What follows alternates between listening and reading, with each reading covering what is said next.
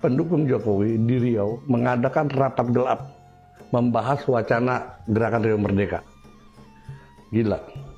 Menyusun kekuatan massa dulu, mereka akan melakukan deklarasi Riau Merdeka. Ini sangat berani.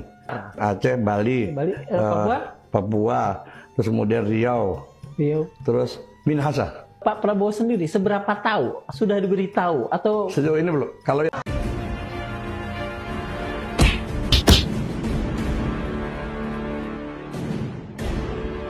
Assalamualaikum warahmatullahi wabarakatuh. Om Swastiastu, Namo Buddhaya, Salam Kebajikan. Sahabat-sahabat dimanapun juga berada, makin hari makin gawat saja ya narasi liar para pembenci mantan Presiden Jokowi. Ini semakin barbar saja. Sekarang sudah masuk pada level yang sangat berbahaya. Jadi setelah isu ijazah ini mereka menganggap mungkin bahwa akan kalah, maka dia semakin menaikkan level serangannya. Jadi bukan saja soal ijazah hari ini sahabat, tapi fitnah murahan kali ini mereka bawa-bawa isu separatisme. Bayangkan saja ada video yang beredar yang katanya pendukung Jokowi di Riau sudah menggalang kekuatan untuk membentuk Riau Merdeka atau gerakan Riau Merdeka. Nah, ironisnya karena tuduhan ini cuma modal katanya-katanya, tanpa bukti nyata, tanpa fakta nyata di lapangan. Dan kalau ini dibiarkan, narasi-narasi semacam ini jelas berpotensi memecah belah para tokoh. Bahkan ini upaya membenturkan antara Pak Jokowi dan Pak Prabowo yang sedang berusaha menjaga persatuan nasional. Saya dapat informasi yang sangat bisa dipercaya. Beberapa hari lalu, pendukung Jokowi di Riau mengadakan rapat gelap membahas wacana gerakan Riau Merdeka. Gila. Saya tidak bisa mengatakan bahwa ini relawan, tapi ini adalah pendukung Jokowi yang mencoba mendekati mereka-mereka yang dulu sempat menggagas gerakan Riau Merdeka. kapan rapat itu terjadi, Pak? 2 minggu yang lalu. 2 minggu. Ya. Pokoknya gini, pasca itu aja, pasca apa tuh? Abolisi. Abolisi dan amnesti. Yang disepakati dalam rapat itu. Satu hal, nanti dia akan mencari waktu ya, menyusun kekuatan massa dulu. Mereka akan melakukan deklarasi Riau Merdeka. Ini sangat berani. Kalau sampai ini sendiri sangat berani. Itu keputusan rapat tertutup. Yang paling pertama deklarasi. Ada lagi nggak daerah-daerah lain yang punya potensi besar? Aceh, Bali, Papua, terus kemudian Riau, terus Minahasa. Pak Prabowo sendiri seberapa tahu? Sudah diberitahu atau sejauh ini belum? Kalau yang kasus yang Riau ini sangat baru sekali. Saya baru akan berbicara dengan think-tank mereka soal kerawanan ini. Bapak tadi mengatakan bahwa ada indikasi Fufu Fafa bermain. Ya, tidak sekedar bahwa Fufu Fafa pernah. Dan narasi liar seperti ini saya yakin ini sengaja diciptakan. Jadi ini bukan sekedar salah paham mengaitkan dukungan politik Presiden Jokowi dengan gerakan separatisme. Saya kira adalah betul-betul manipulasi framing yang sangat berbahaya. Dan tujuannya bukan untuk memberi informasi. Tapi kalau kita melihat dari nada bicaranya sebagaimana di video itu jelas menghasut, memicu kebencian. Dia kerahkan orang-orang untuk maki-maki Prabowo. Dan ini terjadi. Dan narasi liar seperti ini saya yakin ini sengaja diciptakan. Jadi ini bukan sekedar salah paham mengaitkan dukungan politik Presiden Jokowi dengan gerakan separatisme. Saya kira adalah betul-betul manipulasi framing yang sangat berbahaya.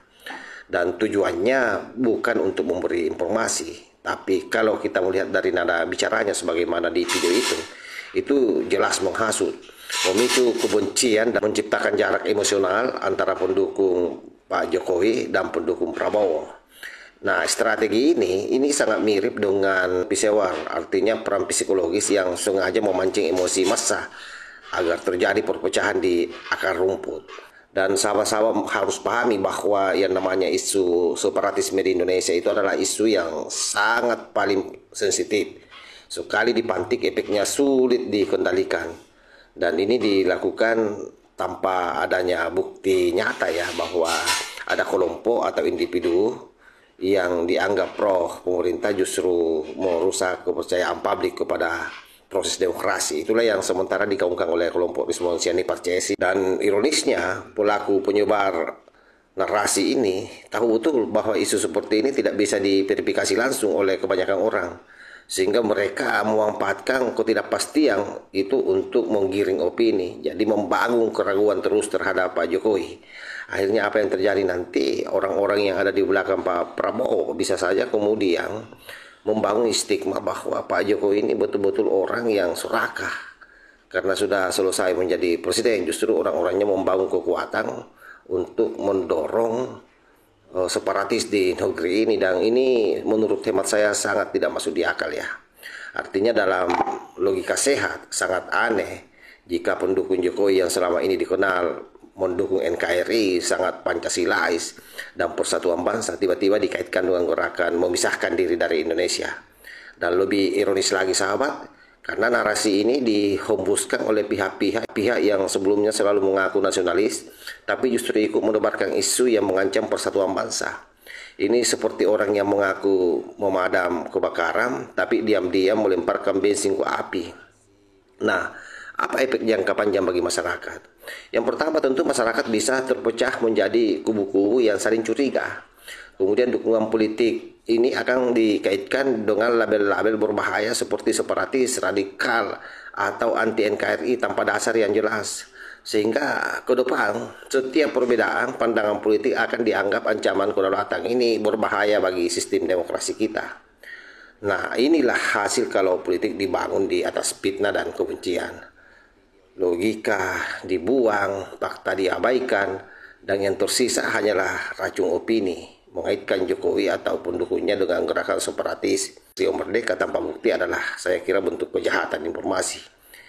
Dan ini bukan hanya serangan ke pribadi Jokowi, tapi juga serangan terhadap keutuhan bangsa kita. Sehingga kesimpulan saya bahwa narasi separatisme ini jelas fitnah yang tidak punya dasar fakta sama sekali. Tujuannya adalah membenturkan antara Pak Jokowi dan Pak Prabowo serta memecah belah masyarakat.